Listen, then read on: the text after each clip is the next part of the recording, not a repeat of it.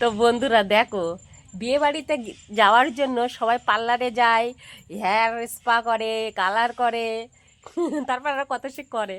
তো আমি বাড়িতে নিজে কালার করে নিয়েছি। তো আর এবার আমার শাশুড়ির মার ট্রিটমেন্ট হচ্ছে। তো দেখো, এই যে পায়ের নখগুলো কেটে দিচ্ছি, হাতের নখ কাটা হয়ে গেছে, এখন নেল পালিশ পরানো হচ্ছে হাতে।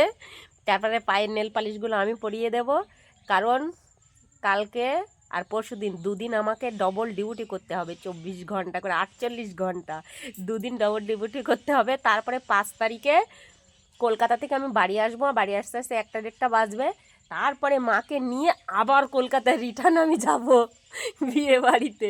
তো বুঝতেই পারছো 5 তারিখে আমার কোনো কিছু করার একদমই সময় হবে না। ওই জন্য আজকে মার হাতে পায়ের সব নখ সুন্দর করে কেটে তারপরে নেল পালিশ পরিয়ে দিচ্ছি। তা তোমাদেরকে দেখাবো কলকাতায় কীভাবে নিয়ে যাই। কান্না জুড়ে দিয়েছে, বলছে আমি যাব না, আমি যাব না, আমার জন্য একটা লোক রেখে দাও।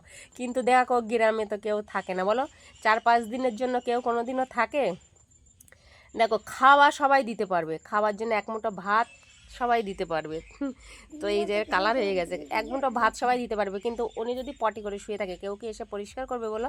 কেউ তো করবে না। তখন আমি 4-5 দিন আমরা ওখানে কি কোন ভরসায় থাকবো বলো? আমাদের তো একটা মাথায় টেনশন থাকবে, তাই না? তো আমি বলেছি তোমার কোনো চিন্তা করতে হবে না, আমি যা হোক করে তোমাকে আমি নিয়ে যাবো, তোমার তো চিন্তা করতে হবে না। তো এখন একটু সাজুগুজু করে দিও, ঠিক আছে? তো দেখো বন্ধুরা, কি সুন্দর করে নেল পালিশ পরিয়ে দিয়েছি। তো দেখো কত সুন্দর লাগছে। আমার ছাড়াও আমার শাশুড়ি মায়ের পা সুন্দর, দেখেছো? নেল পালিশ পরিয়ে দিয়েছে, তো কি সুন্দর লাগছে দেখো। তা বলছে আলতা পরলে আরও সুন্দর লাগে। তা পরিনি, তা আমি আর কত করব বলো, আমার আর সময় হয়ে ওঠে না। দেখো আমি চান করে এখনো মাথা আঁচড়াইনি, তার বুঝতে পারছো আমার আমার অবস্থাটা কি। ঠিক আছে, আলতা তোমার পরানো হবে, চিন্তা করো না।